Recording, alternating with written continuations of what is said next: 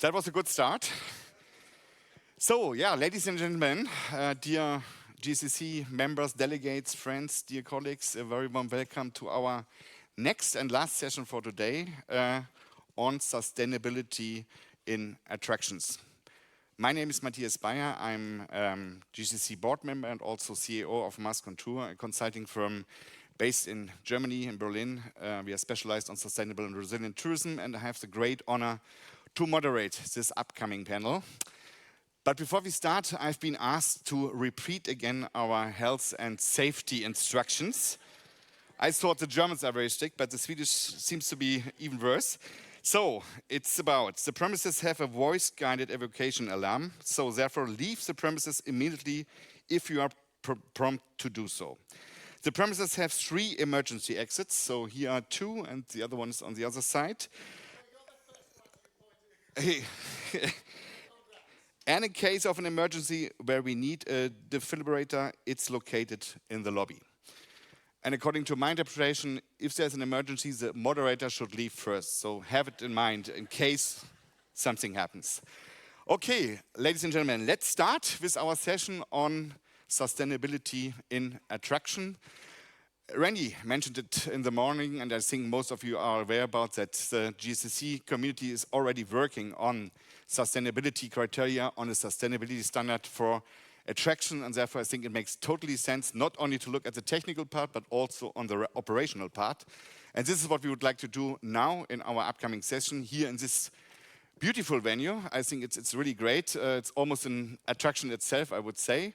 Obviously also with you, with your engagement, with your contribution. And last but not least, with my 4 exciting panelists that I would like to welcome and first of all, introduce to you. So with us, first of all, let me start with you, Choni, Fernandez, Veciana. A very warm welcome. Choni is Chief Sustainability Officer and Customer and Communication Director at PortAventura World in Spain. Since 2008, she has developed and implemented the company's sustainability strategy, and I think the most significant milestone, and we'll talk later about this, has been driving the company to achieve the B Corp certification, a sustainability certification that actually helps to measure the company's entire social and environmental impact. Welcome to you. Thank you. My second guest, also very warm welcome, Andreas Veilstrup Andersen. He is the CEO and president of the Liseberg Group in Sweden, operating one of Scandinavia's most visited amusement parks. Andreas has been working in the industry for almost 25 years and is heading the sustainability initiative of the International Association of Amusement Parks and Attractions. Also welcome to you. And our third guest, GJ,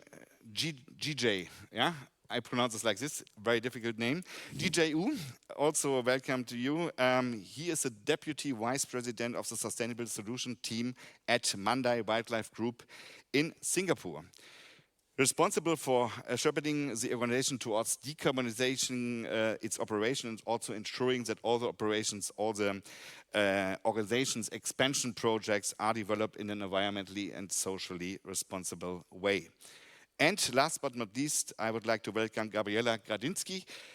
She's also Chief Sustainability Officer and responsible for developing strategies aiming at to reach the overall sustainability goal at Park Resorts Scandinavia, the leading amusement park group in Scandinavia. Also welcome to you. Great to have you with us. Thanks for your time.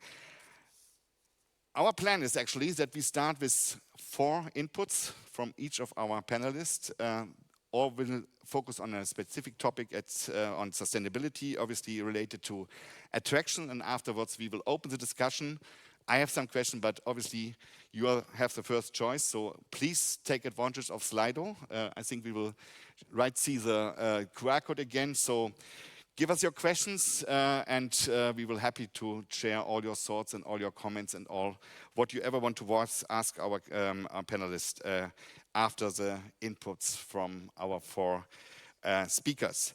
So let's start, I would say, with Gabriela. May I kindly ask you to give us some, let's say, thoughts on challenges, approaches, solutions, how to apply sustainability in attractions. And as far as I understood, you will especially focus on the management part and also on the economic dimension of sustainability.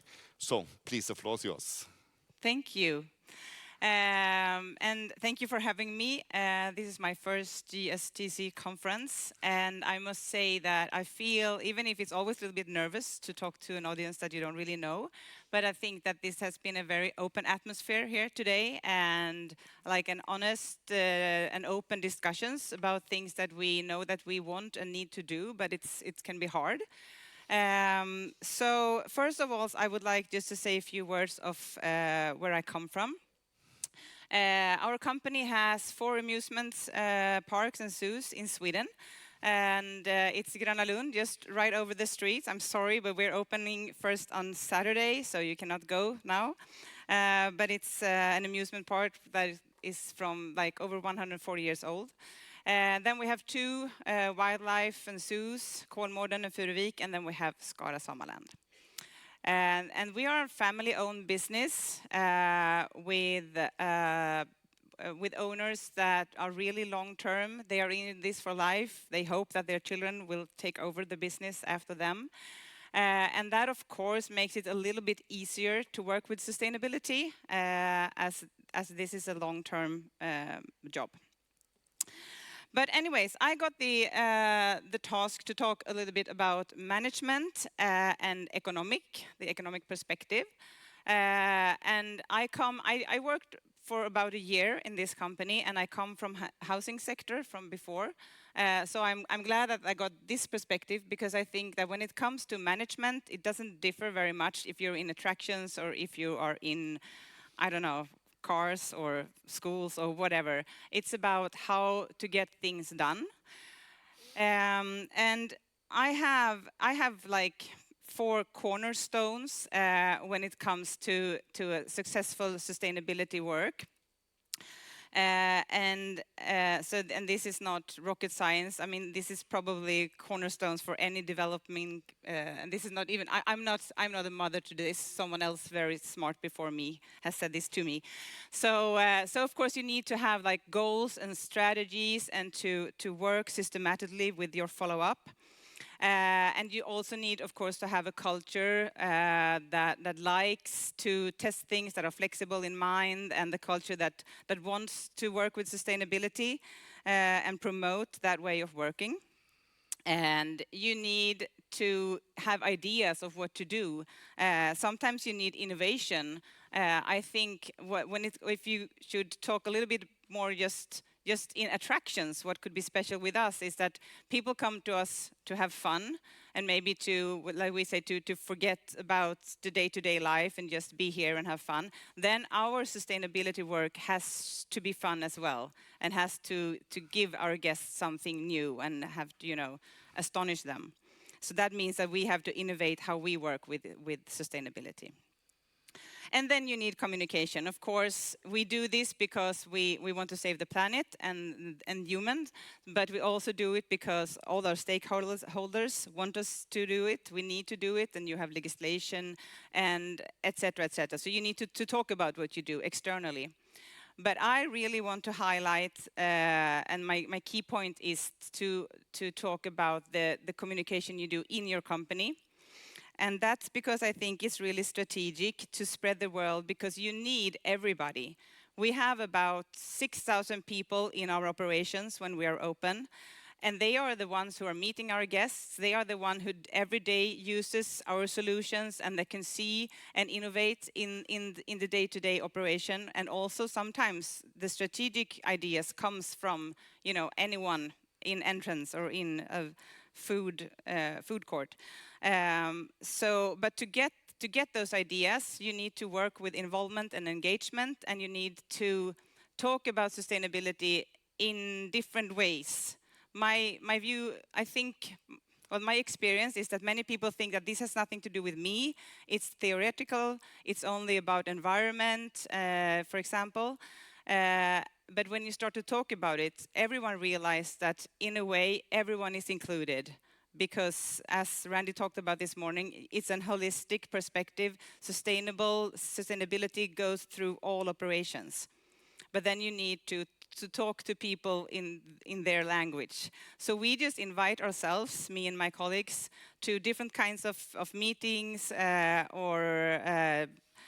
we also, you know this annual report that you do that nobody reads? We try to make it nice for our staff and to sell it into our staff and to make it in kind of a magazine form, just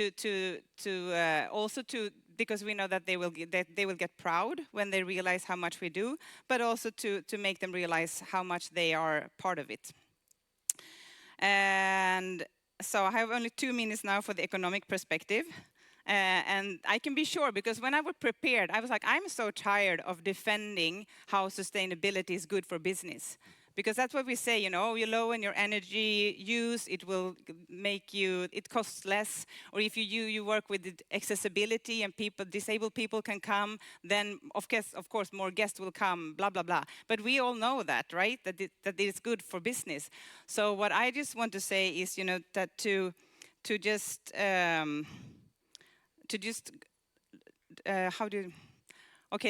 it like this.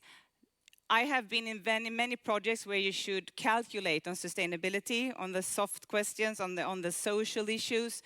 How can we see in money? And you know these innovation projects. I don't know if you've been in them, but in the end, I wouldn't say that the successful companies are not the ones that are really good in figures. It's not the Wall Street. That's not successful entrepreneurs. The successful people, the places where you want to be, the places where people want to work, are visionary places, are leaders that can see, you know, ahead on the other side of the corner and stuff like that. So when you do your business model, you do the holistic business models and you put in all the perspectives, and you don't have to have numbers on everything. I mean, so I think I realized and I understand that it's always good to see in the end the return of an investment, but that return can be also things that you think and feel. Do you understand me? Yeah, and actually that's my take on economics. And I took my time, exactly, yeah, 2 more seconds. Thank you. Congratulations. Thanks, Gabriela, for your input. I think, yeah, what have you learned? I think, first of all, communication is a key, the proper communication internally and externally. And I think from a consumer point of view, having fun and being sustainable is not automatically a contradiction. So we can combine both. You can have fun, but also traveling and being sustainable. So thank you very much, Gabriela, for your input. Yeah, let's come to our next speaker. Andreas, may I ask you to tell us a little bit more about your activities at the International Association of Amusement Parks and Attractions. As I already said, that you are heavily engaged in sustainability issues. So share a little bit your thoughts and your experiences, what you are doing. Certainly, thank you very much. I'm the guy without the slides, so and I'm very angry with my fellow panelists here for bringing slides. But I'm gonna talk about 2 things today. I'm really wearing 2 hats. On one hand, I am representing Liseberg and Gothenburg, which is one of the largest amusement parks in Sweden.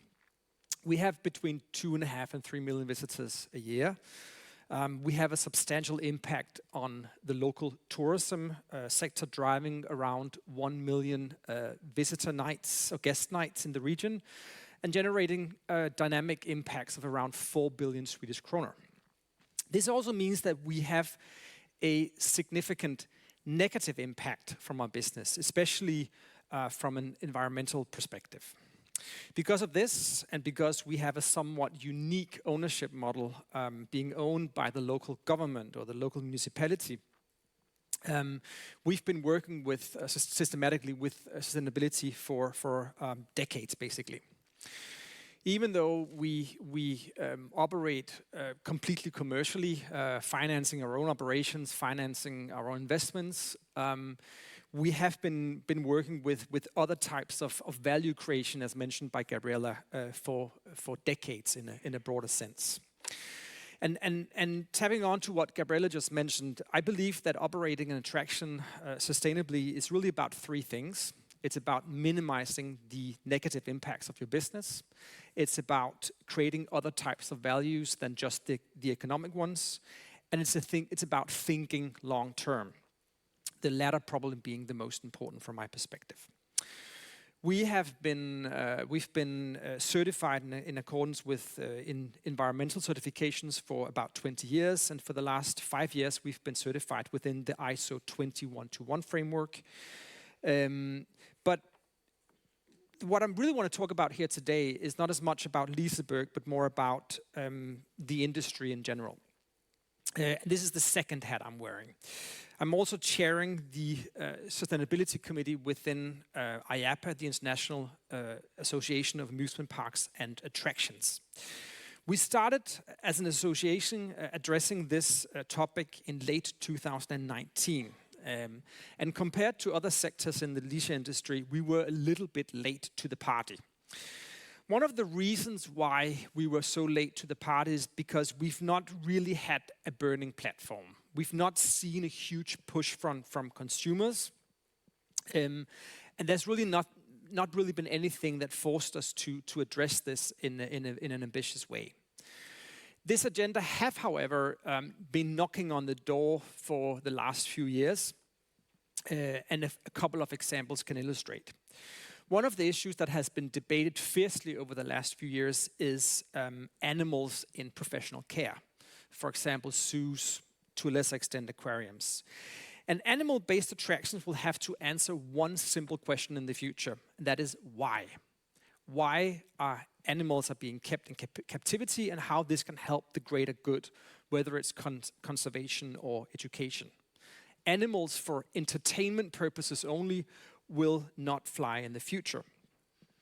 Another example from an adjacent industry is actually a good example where we're sitting today in this beautiful circus. Because the circus industry is actually dying out today, driven by some of the same discussions that we've seen when it comes to zoos and animal parks. And the point is really that if the expectations from consumers, they shift, it can have fundamental implications for our businesses. Moving back to attractions, I think one of the learnings from the last years is that addressing sustainability in a global context is complex. Because it does not mean the same thing in different parts of the world, and it does not mean the same thing in different parts of our industry. You could say that the concept of sustainability can be closely linked to the economic development of the region. The more developed a region is, the more focus there is on environmental sustainability. And where living standards are lower, social and economic sustainability becomes much more prioritized. As for constituencies within IAAPA, within the association, we also see variations. There is also big differences between different types of attractions. For example, many non-for-profit attractions, they are generally more experienced in balancing different types of value propositions than for-profit organizations. At the same time, we also see that larger and often listed companies are further ahead in their thinking and in applying and reporting sustainable business practices than smaller organizations. And this, of course, because their primary stakeholders, often investors, mandate it. All this being said, the basic framework is really the same. Again, it's about minimizing negative impacts. It's about creating other types of values. It's about thinking long term. And I do see that both the industry and the association IAAPA is catching up. And while we have the same challenges as all other participants in the leisure and tourism industry, addressing transportation as the biggest carbon footprint generator, managing complex supply chains, being a responsible employer, we also have one advantage. And that is the fact that we operate these giant platforms that are extremely suitable for educating and impacting consumer behavior.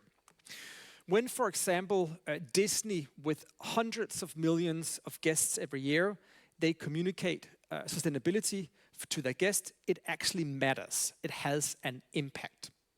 And I believe that we as an industry and IAAPA as an association have all the tools in our toolbox to address this agenda in a systematic and ambitious way in the future. 1 second left. Boom.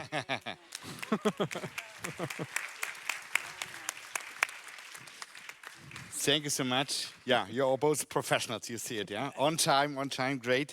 Yeah, thank you so much, Andreas. I think it was really interesting what you said about the consumer and the role of the consumer, the importance of the consumer. Obviously, if there is demand from the consumer side with regard to sustainability, also the companies will follow you and move forward. If not, the question is, yeah, okay, it doesn't happen anything, or what is actually the key to motivate companies to do something, even if the consumer is not actually demanding this. And I think that's maybe the key message here.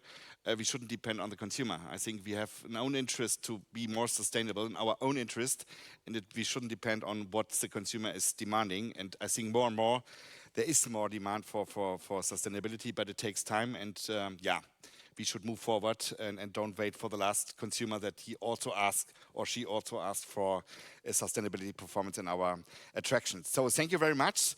Let's come to our next speaker. Jiju, you are representing, as I said, the Mandai Wildlife Group, and I assume that you will focus on biodiversity and the protection of biodiversity. Yes.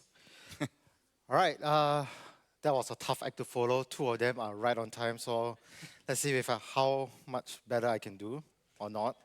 All right, so first of all, thank you for having Mandai Wildlife Group here at Sweden. It's a beautiful country, and we're really happy to be here. It's really inspiring. I wanted to give a little bit of context of what Mandai Wildlife Group is. So if you attended the previous session, where Che gave a very good introduction of Singapore and Sentosa, now I hope to give a little bit of introduction to Mandai, which is a little bit north from where Sentosa is. So here at Mandai Wildlife Group, we operate Singapore's wildlife parks since the 1970s. There's the Singapore Zoo, River Wonders, and Night Safari. We are next to some forested land, which is a home to a wide variety of flora and fauna. So one of the main challenges we face in our attractions industry is that we always need to constantly refresh our offerings. So to keep ourselves competitive, since the 2017, we embarked on a massive rejuvenation project where our land area will double from 62 hectares to 126 hectares. So this entails building 2 wildlife parks, a nature-themed indoor attraction, 2 public nodes, and a resort. We are about halfway there. We have opened the Bird Paradise and the Mandai Wildlife West and a wildlife bridge, which I will talk about. And we are progressively constructing and will be opening the rest of the features in the next few years. So according to the UNEP, I Googled this, the built environment accounts for about 39% of carbon emissions globally. So this covers both the operational carbon and the embodied carbon, which is about 30% of that. So additionally, the built environment can potentially and often do impact the natural world. So when we embark on this project, this gives us the dilemma, how do we balance economic needs versus doing right by the environment? So there are 2 goals here. How do we reduce our future reliance on resources with our new project? And how do we minimize our impact to the natural world? So here are 3 of my personal learning points. All right, first, we must be nimble and we must be open-minded with technology advances. When we first built the parks in the 1970s, there was solar technology, of course, but it was not commercially viable. It was not cost-effective. But between 2010 and 2020, cost of solar has dropped some 80%, depending on which source you cite, but that's around that figure. And we see it dropping even more today. So this made it more viable for us to install solar at all rooftops, and this is a picture of solar that we installed recently on our multi-story car park. So another example was us upgrading our existing sewage treatment plant, which we have on site that we built in the early days. So this wastewater plant will treat the water and discharge it according to safe discharge standards. But we thought that with the advent of membrane bioreactors, this technology was unavailable to us back then when we first built our sewage treatment plant, but has now become viable since the 1990s and the early 2000s. So with this project, there was an opportunity to upgrade our wastewater recycling plant, our wastewater treatment plant, from treatment to recycling. So now we are able to treat our wastewater for reuse, and this increases our water circularity, reducing our operational costs, and of course, the reliance on our country's water resources. So that's the first point. The second point is, what do we need to do so that nature is not compromised? What else can we do for nature? So this is an example of what we did. We've actually built a wildlife bridge, which we call the Mandai Wildlife Bridge. So since the 1960s, there was actually a road that actually separated that actually broke the forest into two. And this increases the risk of vehicular strikes for native wildlife that may cross the road from time to time. So with this project, we saw the opportunity to improve our surroundings and construct this bridge in tandem with the infrastructure works that we needed to carry out. So this big bridge, I think it's about 35 meters wide, about 110 meters long, will enhance ecological connectivity, allowing safe passage for the local wildlife across the bridge. And I understand in Gothenburg, there's actually a similar bridge like this. So finally, doing these initiatives reinforce the point that we have to plan for big impactful initiatives right from the start.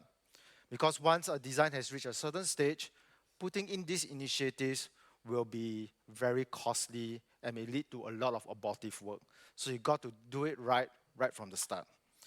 So just as important to do it right from the start, you have to build a business case for these initiatives. And I think Gabriella has also alluded to that. But it has to go beyond the typical cost-benefit analysis, because some of these initiatives do not benefit the financials immediately. So I think our task then is to build a holistic case that goes beyond the financial figures so that all the advantages, tangible and intangible benefits, can be fully considered. So I want to end off by addressing excuse my pun, the elephant in the room. There are detractors that say, then why build in the first place? Because nature will always be compromised. So I do agree that sometimes there may be a trade-off, but I think it's a false dichotomy that there's always a trade-off. We always have to choose between nature or development.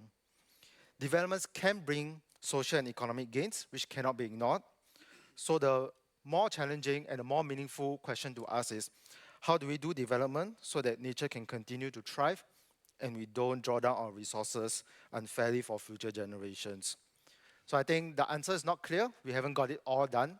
And I think that's why sustainability in attractions is a very exciting conversation to have today. Done. Thank you. Thank you, DJ. Yeah, I think we heard some interesting insights of such a big property, how to manage this in a sustainable way in terms of energy management, water management, nature protection. So there's a lots of things to do, and you also mentioned the importance of management. It's finally all about organization and to manage yourself in a proper manner to have really success with regard to improving your sustainability performance. So thank you, DJ. And last but not least, I would like to ask Choni to share with us some experience from your attraction. You will focus, I think, on the environmental, but also on the social aspects of your engagement, I guess. Yes, that is. Okay. Thank you very much for inviting me, also member of the Sustainability Committee of the IAAPA. I'm coming from PortAventura. PortAventura is located 100 kilometers south Barcelona. That is a resort that comprises 8 hotels, 3 parks, and a convention center. We have ancillary service nearby, like 3 golf courses and a beach club. And all these resorts host every year more than 5 million visits. We work there in the peak of the season more than 3,000 employees, and we have direct and indirect employees about 24,000, all located in the same resort. You cannot find so big companies in Spain that in the same place you have more than 6,000 people working. So the history of this resort, obviously, that has not been made from one year to another. So we started in 1995 as the first theme park in Spain, and step by step, year by year, we have enlarged this resort with a second hotel, with a new park, with a new ride in the first park, and so on, during 30 years. But the history of this resort cannot be explained without the sustainability behind. The park was already designed with sustainable criteria. So we are in an area with water scarcity in Catalonia. So Anheuser-Busch designed the park to recover, for instance, all the water rains in a lake in the Mediterranean area, because our park represents a trip around the world. We have Far West, China, Mexico, Polynesia, and Mediterranean. In Mediterranean, we have this lake where we recover the water rains, we treat the water rains, and we use that for the water rides. So the sustainability at PortAventura has a start from the environmental part, because that was our necessity. And for me, it's important to say that not all the attractions, not all the parks should start in the same point, because it depends really where you are located. Where is the stone that you have in your shoe? It depends really. But what is important is that you have cleared your impacts, and we will talk a lot about impacts. What is the impact of your business in the planet, in the environment, in the community, on the people? As you can see, as the resort, we have built this sustainability very slow during these 30 years.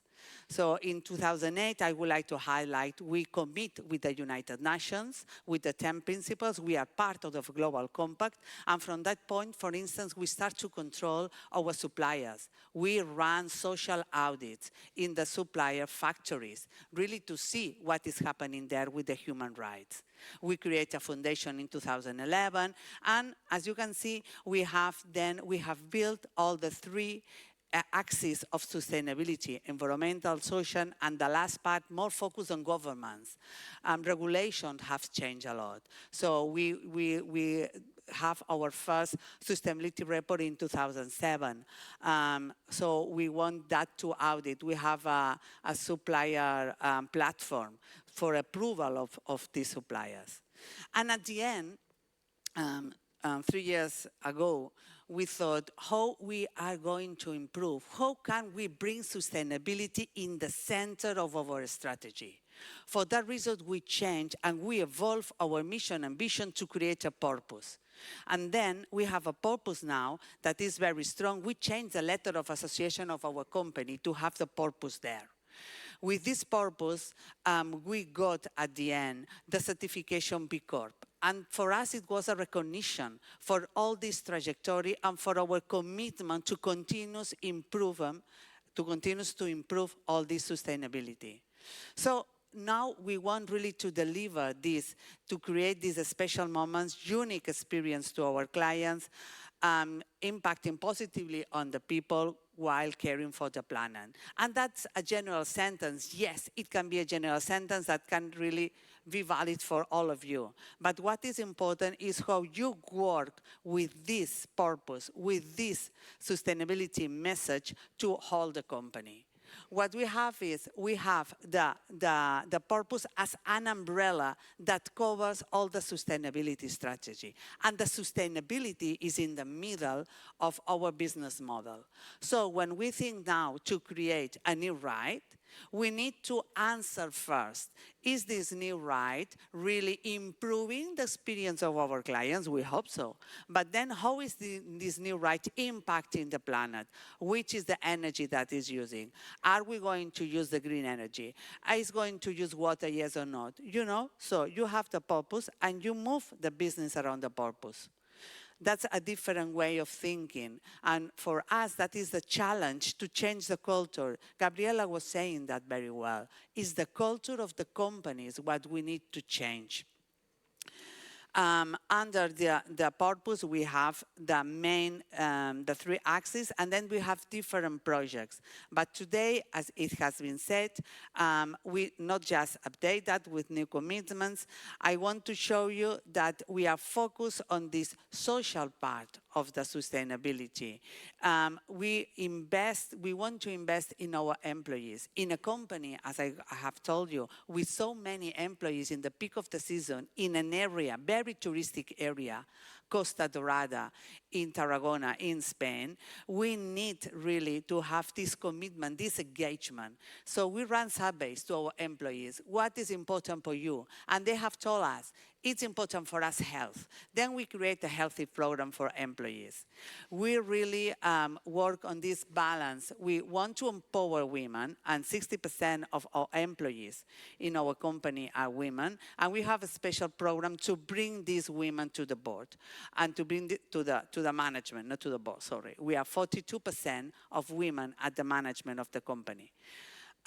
But we also take care of families, vulnerable families. We have this place, PortAventura Dreams, where we host families with ill children. We know of our great experience like Villa Pardus in Efteling. It's great, but we have also this, that they stay for us 1 week for free, hosting families with ill children at PortAventura.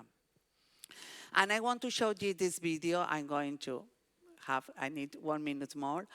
When we think how to impact this positively on our clients, when we create our last ride last year, we decide that we need a space for these people who are not able, because of disability, to ride.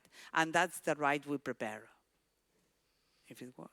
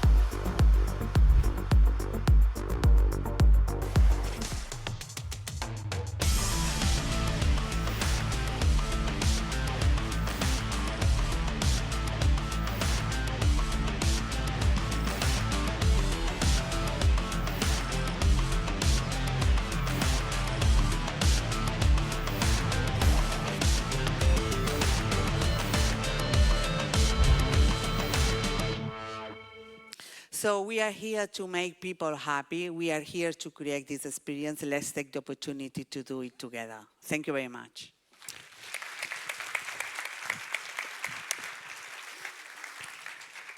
Thank you, Choni. Thank you, Choni.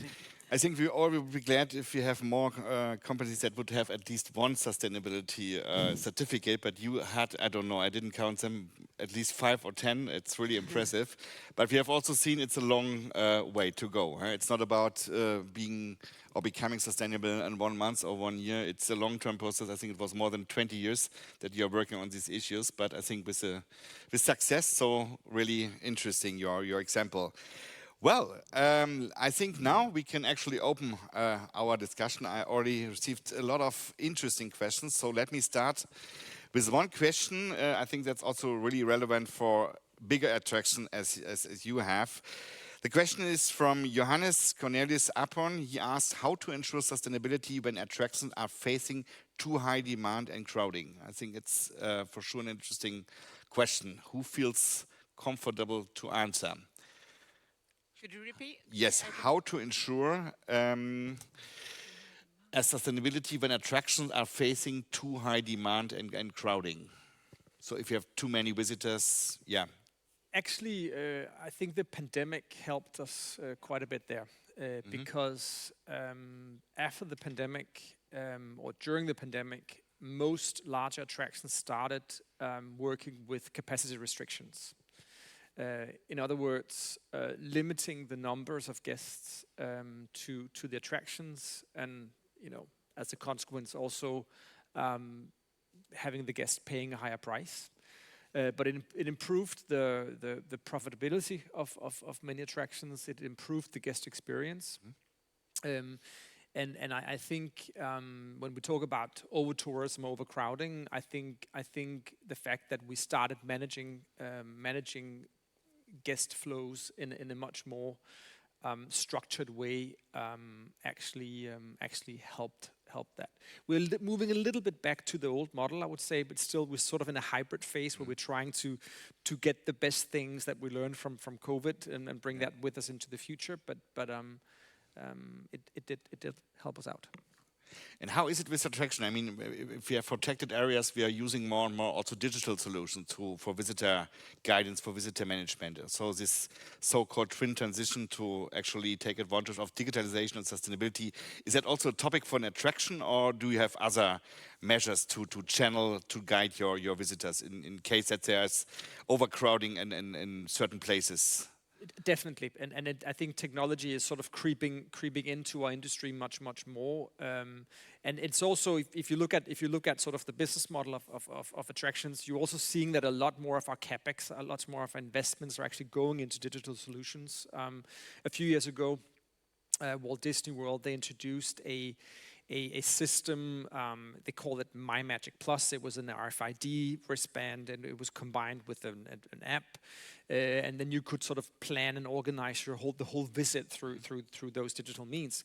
But it was also an investment of $800 million. Okay. So it's also quite a capital intensive journey. Yeah. Do you want to add? Yeah, please. I mean, what we are using are different things. First is try to be more accurate on the figure we expect as attendance that day, and then we publish a calendar in the website saying which are the busy days, what not. Then because you need to manage client expectations. If you go to a park but you know that it's going to be a crowded day, perhaps you change your idea and you came another day.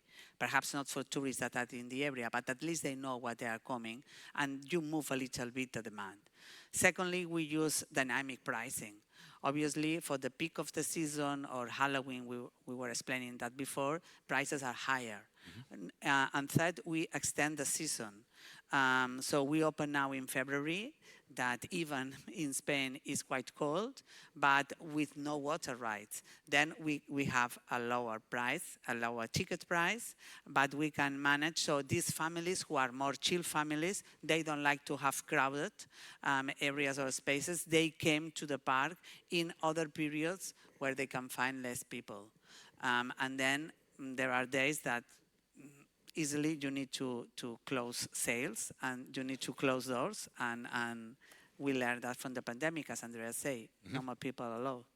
Okay, thanks. Yeah, I think besides overcrowding, you can probably see it, there also is a lot of interest about wildlife protection and animal welfare. So there are several questions, and GJ, I have actually two questions that are actually, I guess, addressed to you. One is about what is Mandai's approach to this question of why when offering guest interaction experience with wildlife? You can... Okay. Guest interaction. Can we also see the questions here? Maybe it's easier for you. Sorry, on the screen. I understand the question. Because it's still the presentation. When offering. Should I repeat? Okay. Yeah. So the first thing is, when we talk about wildlife, there are two parts of it when we talk about interaction.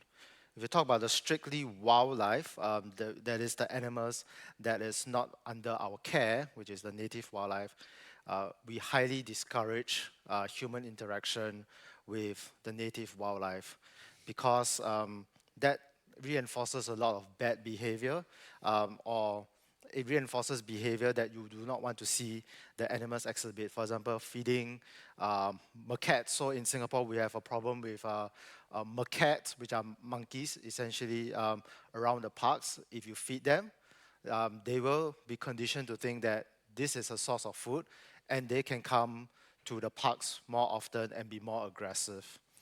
In terms of the interaction of the humans, of guests with our animal collection, this is actually a tricky topic, and there are many facets to it. I think the key thing to note is that these interactions do bring a lot of economic sustainability. It helps the visit to be more meaningful and attractive. And second, it also helps the guests to develop a bond and appreciation of animals.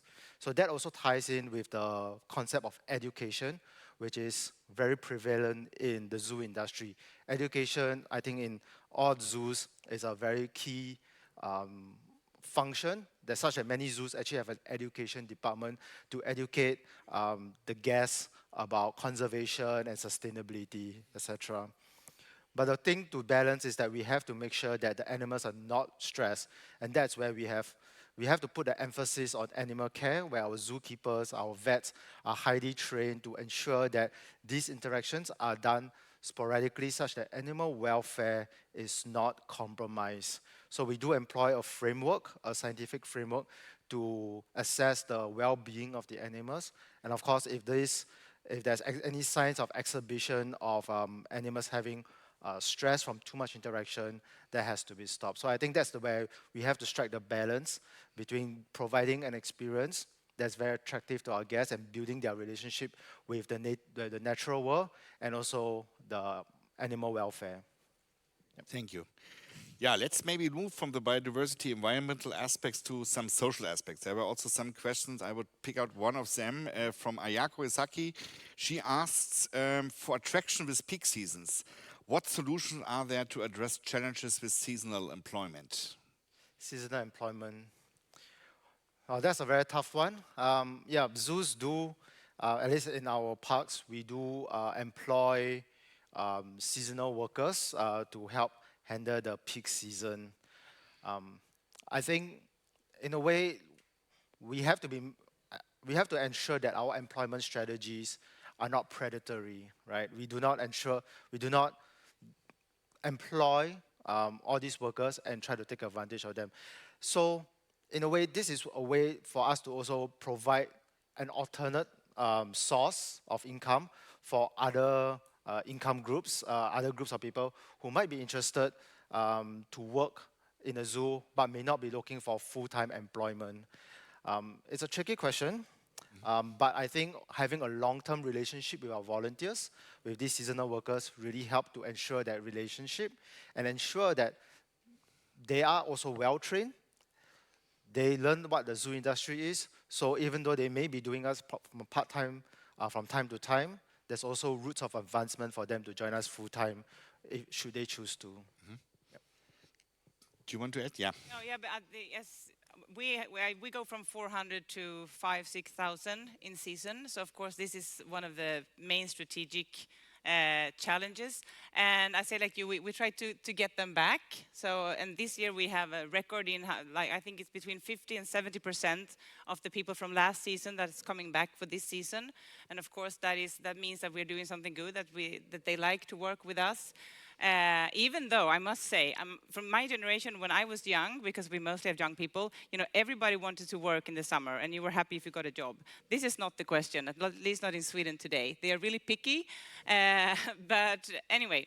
But then when they work with us, we have a lot of activities for our staff, and a lot of, you know, we give them prizes for being working good and doing something special for our guests, and to the people who work in our values, the company's culture, and good examples. They get seen by that.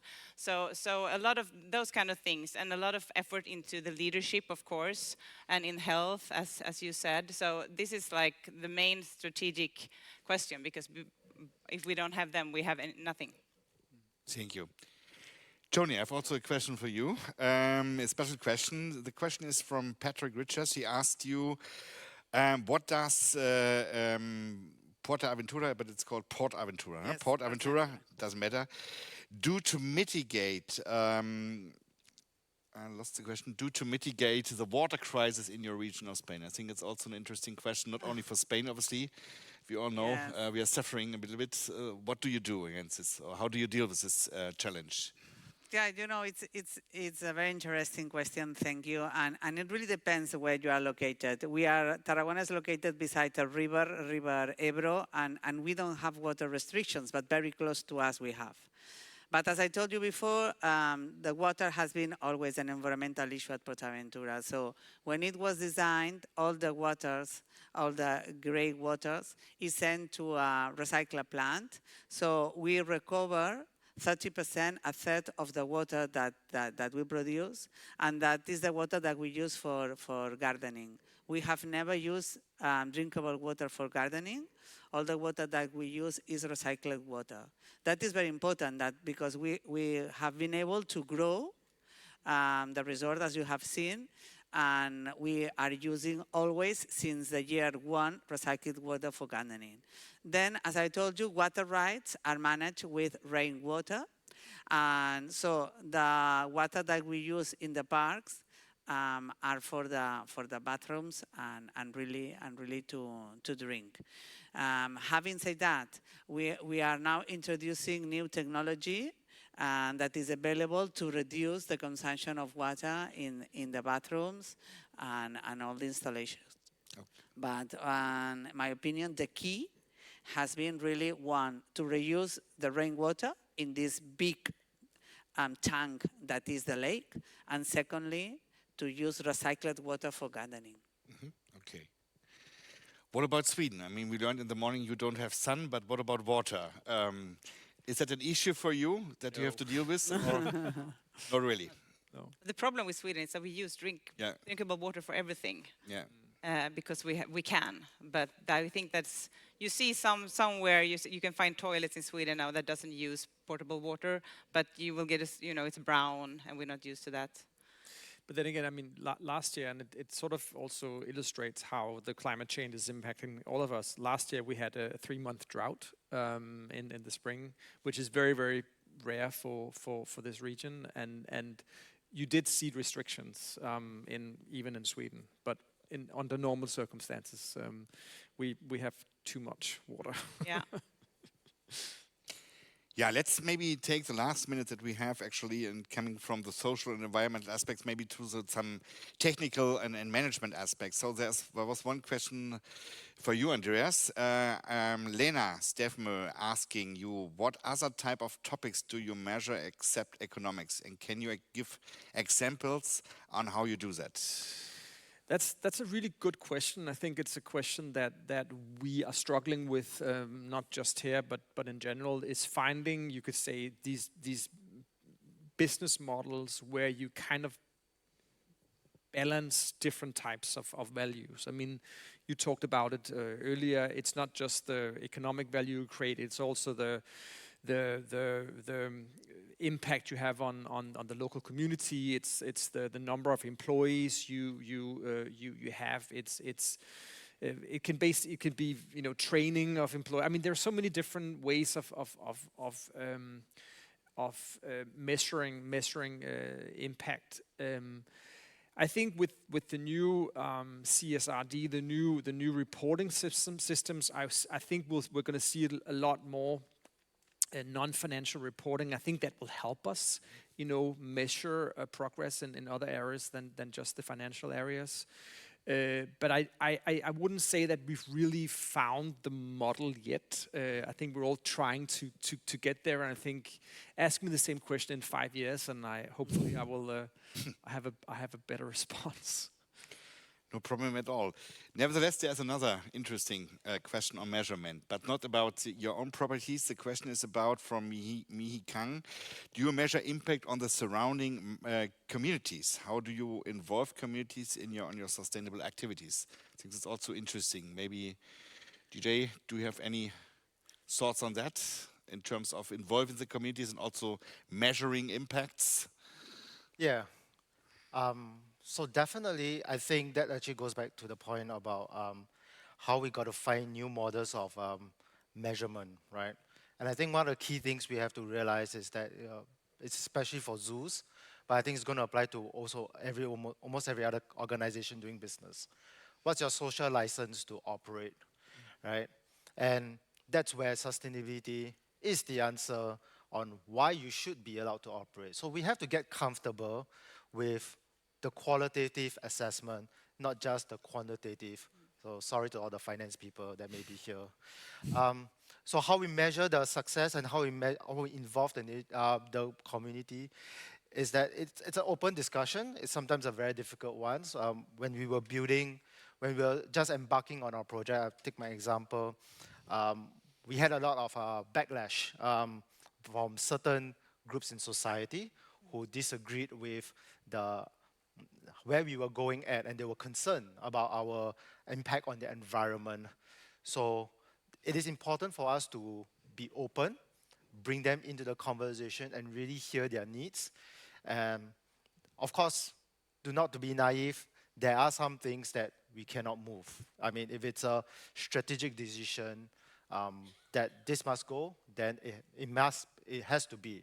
So it's not about pandering to everything, but it's also identifying where can we do better? How can I have this problem, let's bring the society in, let's bring communities in, let's solve the problem together, and let's find a win-win. I think that's a conversation some organizations, including ourselves, we were not comfortable with, but we have to get comfortable with it quickly. Thank you, DJ. Yeah, please.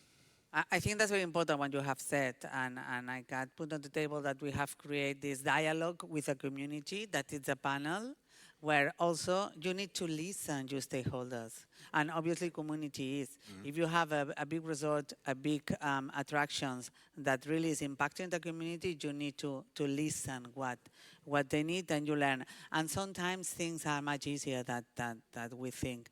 In our case, for instance, in our area, there are some youth people that they don't study, they don't work, no study, no work. In Spain, we say they are ninis, ni estudio, ni trabajo, okay? So, and the community was worried about these youth people. And then we create what we call PortAventura University. We are going to have some training programs for this Nini, and some of them are now working with us, and others are working in other hotels. But we are very proud, really, to have helped the community with these Ninis, you know. So that is a small example, but I'm sure that if you talk a lot with your community, there are some solutions that from our attractions we can help them. Thank you so much. Unfortunately, we are running out of time a little bit, so there were many questions that we can't actually discuss anymore, but I think some of the main questions we covered from different points. Nevertheless, I would give you the chance actually to come up with a final key message in terms of how can we actually successfully implement sustainability in attractions as a key message for our audience. So who wants to start? 30 seconds, just the last key messages to our audience. Okay, he's looking at me, so I will start. No, but I guess I go back to this thing I said. So spread the word, make it happen everywhere, and be patient, think long term, because maybe not today you make the best investment for the climate, but maybe the next one or the next one. Just keep talking about it, keep raising awareness in your company. All right, that's me. All right, I think the key message is don't let perfection be the enemy of good. Just start small. It may not be perfect, but just start and look beyond the quantitative figures. We have to be comfortable with qualitative arguments also. Building on what was just said, I think for me there are two keys. One is obviously having this balanced management model where you measure and you target and you make sure that you're on track. But you also have to understand that it will always be the culture that will determine whether you will be successful. So you have to work on two levels. You have to work with the systems and the structure, but you also really have to work with the people? In my opinion, each company should find its own purpose. We need all to move to a purpose-driven companies. And sustainability is not a strategy beside the business plan. Sustainability is the strategy to be resilient and to think long-term, as you have said. Thank you very much. Yeah, it was great to discuss with you. Thank you for your available contribution. Also, thank you to the audience for your questions. Before we close, I have two final remarks, housekeeping remarks.